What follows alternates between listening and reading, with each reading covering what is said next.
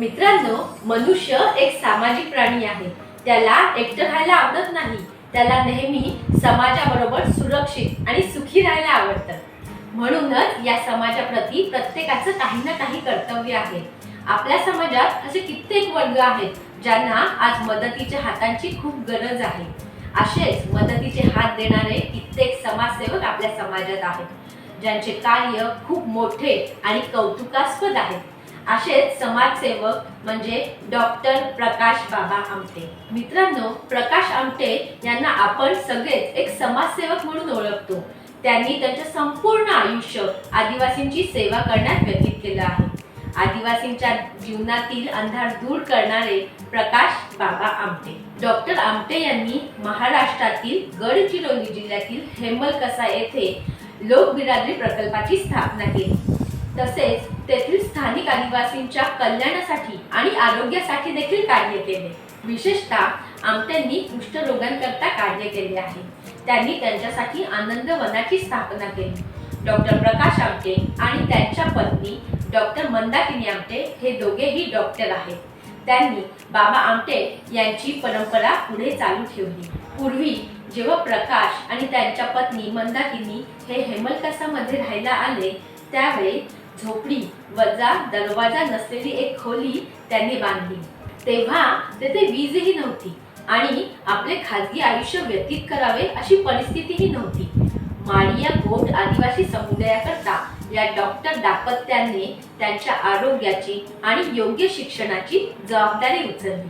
सुरुवातीला हे सर्व अशक्यप्राय आणि प्रचंड कठीण असे वाटत होते, पण पुढे पुढे त्यांच्यामध्ये राहून त्यांची सेवा करत, त्यांचा विश्वास संपादन करत त्यांनी त्यांच्या मनामध्ये आपली जागा बनवली।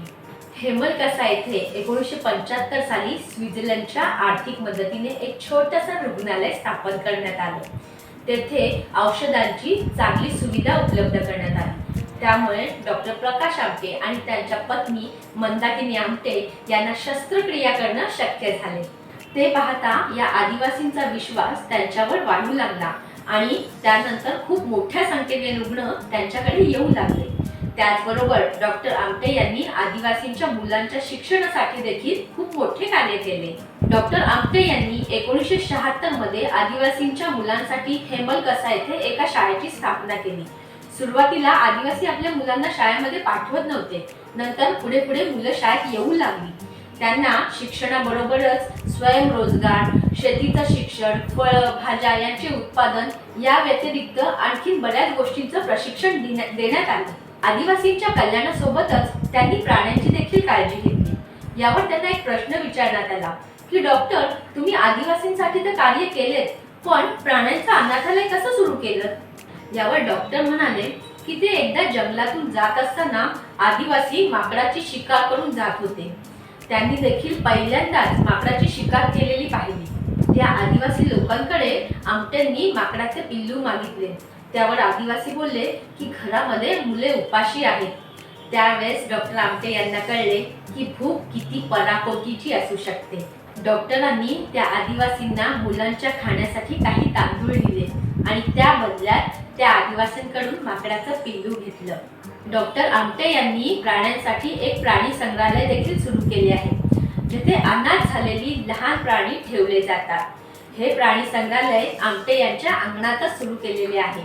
तेथे वेगवेगळ्या जातीचे प्राणी आणि पक्षी आनंदाने राहतात। डॉक्टर आमटे यांचं असं म्हणणं आहे की एका प्राणी मित्रासाठी प्राण्याशिवाय घर हे घर असूच शकत नाही। शून्यातून विश्व कसे उभे करावे हे आपण आमटे परिवारांकडून शिकायला पाहिजे। अगदी कोणतीही साधन सामुग्री नसताना झाडे झुडपांच्या जंगलात त्यांनी समाजसेवा आणि प्राणी सेवा केली। त्यांच्या ह्या कार्याचे वर्णन कोणत्याही शब्दात करणे शक्य नाही। त्यांचे कार्य हे अफाट आहे। तरी सुद्धा त्यांच्या कार्यासाठी 2 ओळी बोलू इच्छिते।